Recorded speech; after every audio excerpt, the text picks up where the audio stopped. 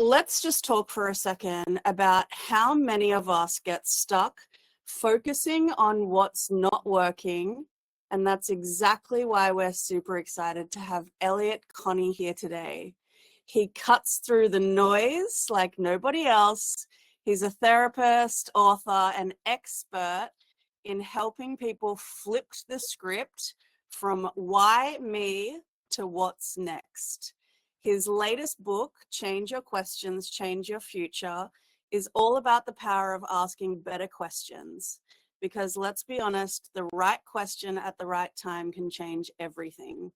And his approach, no dwelling, no doom loops, just practical, actionable steps to build resilience and actually move forward. And here's what we really love about Elliott is it's not just teaching this stuff, he's really lived it. And from a challenging upbringing to speaking on stages worldwide, he's proof that the way we frame our struggles shapes whether they break us or they make us.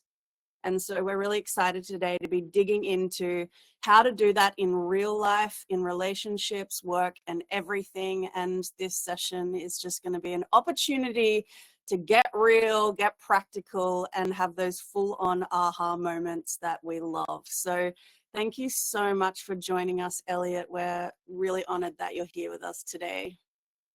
No, thank you for having me. That might be the literal best intro I've ever had in my whole career. Thank you. Oh, I love that. That's great. Like the crowd should go wild after that. I was like, the crowd goes wild now. Yeah, that was wonderful and beautiful, Emma. Thank you. Yeah. That's so nice. You know, I just was so moved by your story when I first saw you speak at Jeff's event, and it stayed with me to this day. Like, I was in tears when you were talking, and Oh, wow. I was inspired by everything that you said. And I've gone on to watch your presentations. I've seen you on YouTube. You've got lots of great talks. You've done lots of great interviews. So it just feels exactly what the Reconnected community would be. They would also be very inspired by everything you've got to share. Hope so. Let's see. Let's see. I mean, Elliott, we were wondering if we could start with you just sharing a little bit about how you came to be here, sharing about solution-focused therapy and your life. And yeah, I mean, well, to be honest with you, in order for me to answer that question, I got to go back to my childhood. And I had a really, really rough childhood where my father was really abusive, and he was the type of dad that while he was being abusive, he was saying really horrible things to me about me.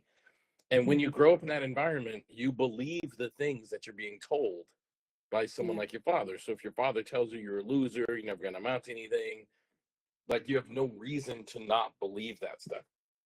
So I grew up like not really expecting anything from myself, and not really wanting anything because I didn't think I was worthy of anything.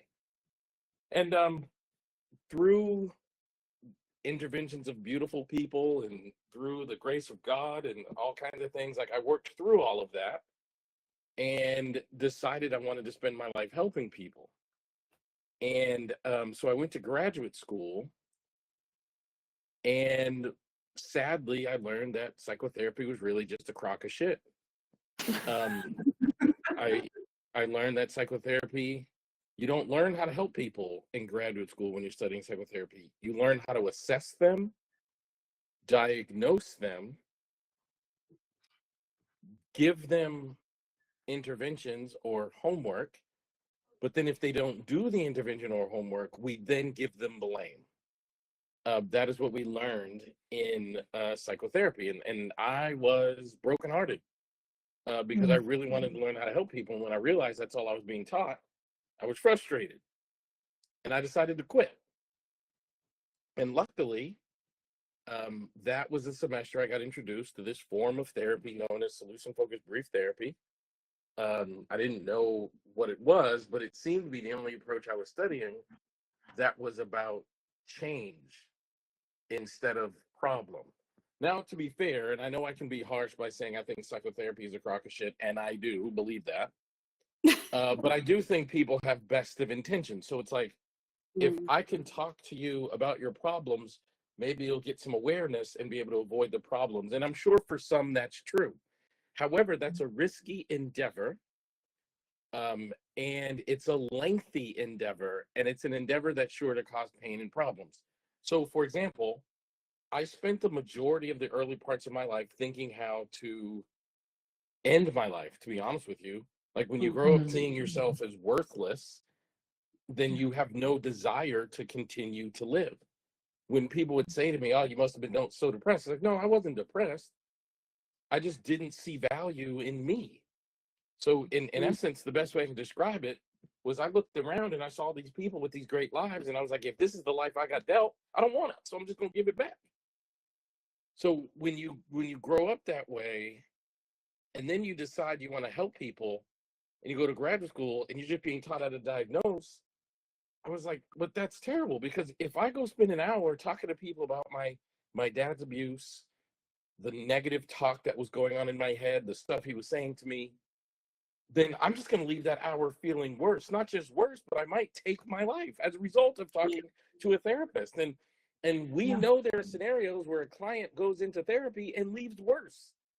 In the largest research study ever done with 2,800 subjects, over half of the participants in the research study reported feeling worse after therapy than in the beginning. That means we are bad at our job as a field. So I wanted to genuinely help people. And the truth is, if you want to help somebody, number one, you have to help them become more aware of their strengths, authenticity, and truth of their goodness. And number two, you have to inspire them. And we did not learn that in graduate school. So I have dedicated my life to teaching that. Like, that's what we're supposed to be doing as psychotherapists. We're supposed to be teaching people how to become more aware of their inherent goodness and their internal strengths. And we should have conversations with people where they leave inspired. A therapist, we think our job is to like solve client problems, but that's crazy. No one's life is easy. So our job isn't to help smooth the road out. Our job is to make our clients better travelers of their road. And the only way I can do that is to help people realize that they're strong enough, resilient enough, and great enough to walk their road, however treacherous it might appear. So for me, that's my like life's mission and journey. That's why I woke up this morning. That's why I'm going to wake up tomorrow morning. That's why I do what I do. What is it about you, do you think, Elliott, that meant that you could come from such a difficult and challenging background? It was to the point of like overwhelming, and still have a part of you that wanted to support and help others, even if you didn't find the thing first? I don't know. I don't know. I know I can tell you the moment where I felt better. It's the only way I can describe it. I can tell you the moment. I tell people all the time I have two birthdays. November 7th, 1976, the day I arrived on this planet. And then when I was 19 years old, it was the day I accepted this is who I am as a person. And I climbed out of the depths of that darkness. And I don't know why it happened, but I remember climbing out of that hole and realizing I don't think a lot of people know how to get out of this hole. So I wanted to tell them. I wanted to tell them. I was a 19-year-old college kid, but I was like, I don't think a lot of people know how to like walk up to the edge and find their way back. And since I just found my way back, I wanted to help people. I wanted to like show people you don't have to drink and use drugs, and you don't have to like fall into the pit of despair. You don't have to do anything. We can just go. We can just go. Yeah. I feel like if we explored it, you would find that there's something, some kind of quality or some kind of like it says something about you. Not everyone's able to take that lot in life and then create it into something that is a gift for other people, you know? Yeah, I think I think a lot of people, they spend so much time focusing on superficial stuff that doesn't matter. And when you grow up the way I grew up, like, I learned the opposite. I learned how to focus on the shit that really matters, and I learned how to let go of the stuff that doesn't. So, like, I remember going to school, and kids would be like, you know, this girl doesn't like me back, and I was like, bro, that doesn't actually matter. Like, in the world view, like, that pimple you're worried about, like, that's not important. And I spent so much of my life, like, really on the edge. I think the gift in that was I learned what really mattered and how to just stay right there. Like, I only focus on what really matters. And I carry that to this day. Now, it was a hard won lesson, but I do think the gift in all of that is, like, I know what really matters. And when I get to the end of my life, if someone says, like, here lies Elliott Connie, and he has a really nice car, and he has a really nice house, and he bought the iPhone 15 when it first came out, like, no one's going to care about that stuff.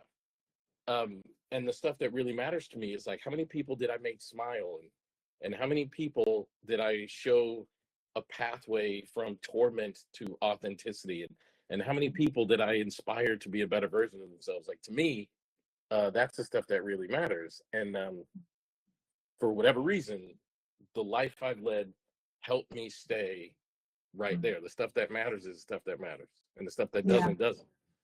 And I'm sure it helps. Perspective, like, always having a perspective that is quite a big perspective about any even small moments or something like this. Yeah.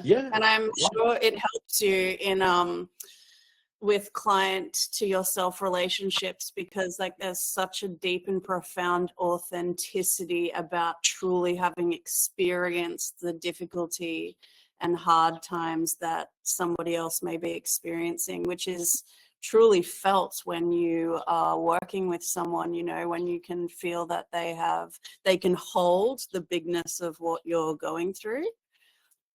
And I'm so curious, like, what were the perspectives of solution-focused therapy that really made sense to you, that inspired you? Because I think some of the people on this may not even know what solutions-based therapy is. Yeah, so that's a great question, Emma. I did not want to pathologize, and if I'm being very honest with you, I was afraid of it, and I had two levels of fear. So if someone came to me for therapy, and my job is to diagnose them so that I can treat them, my first layer of fear is, if I diagnose them, I'll make their life worse. Because the human brain is a fascinating thing. Like, if I were a podiatrist, right, and Emma walked into my office, and Emma's feeling perfectly fine. She's just there for an annual checkup. And I say to Emma, I just analyzed your feet, and you have a foot illness wherein your feet are going to fall off in 12 months. I guarantee y'all the next day she's going to start limping. Yeah. Right? Simply because I diagnosed and labeled the problem. Right? So if she walks in, she's feeling perfectly fine, she's there for a checkup, and I say, look, I discovered this problem. You're going to lose your feet in 12 months. The very next day, she's going to be hyper aware of the problem. Right? And that hyper awareness literally makes people's lives worse. So obviously, I'm being very hypothetical here, but what if the issue was like anxiety? And I'm like, oh, I'm diagnosing you with an anxiety disorder. When the brain accepts a negative label, it has no choice but to accentuate the label it was given. In fact, I would say the brain accentuates every label that it's given. So if I give you a negative label, you're going to accentuate that. But if I give you a positive yet accurate label, then you will amplify that as well. So for me, that was the first layer of fear, that I'm going to make people's lives worse by diagnosing them, which diagnosis is nothing more than giving people a negative label. My second layer of fear is I had worked and been through such hell to learn to look at myself in a positive way. My fear was if I started, in essence, training my brain to notice the flaws in others, then I would relearn how to notice the flaws in myself and re-trigger depression, anxiety, and suicidality in myself. And I didn't want to do that. That scared the hell out of me. So I'm saying all that to say the first thing that attracted me to solution-focused brief therapy was it was the first approach I was exposed to in graduate school that was non-pathologizing. Like when you practice this approach, you're actually not interested one bit in what the person's problem is. Now, that's not to say that the problem isn't significant. It's not to say that the problem doesn't matter. And it's certainly not to say we ignore the problem. We just honor one very, very profound truth. And the truth is the problem has absolutely nothing to do with change, right? Change is completely independent of any problem. And to make that point, if I went today to a personal trainer because I want to lose weight, does it help the personal trainer know how I gained weight? No, it's a completely irrelevant data point to their task of helping me regain my physical fitness. It's relevant to my life and it's relevant to the story, but it's completely irrelevant to the task of getting to physical fitness. Who cares if I gained weight because I was in a car accident and I was immobile and I couldn't, so I ate a lot? Or who cares if I gained weight because I was a busy psychotherapist and I ate fast food too much? Or who cares if I gained weight because my parents, my dad remarried and the person they married was worked at McDonald's and they brought home free food? Like, it really doesn't matter. In order for me to lose weight and regain my fitness, the personal trainer doesn't need to know an absolute thing about that. And another example is if I go to a dentist because I want to get my teeth clean, does it help the dentist to know how the teeth got dirty? No, it's a completely irrelevant data point. It doesn't matter. But somehow in the field of change, we've convinced ourselves in order for me to help you have a better relationship, or in order for me to help you be a better parent, I need to understand how you made mistakes. That is ridiculous. That level of thinking sounds literally crazy in any other field other than psychotherapy. But in psychotherapy, we accept it as like normal. And I'm like, that's not normal. It's weird. And we have to stop doing it. So when I first heard about this solution focused stuff, before I learned actually what it was, the first thing I heard was, oh my God, like I can actually focus on the thing that actually matters. If you want to keep listening, jump into Reconnected Social and start your free trial today.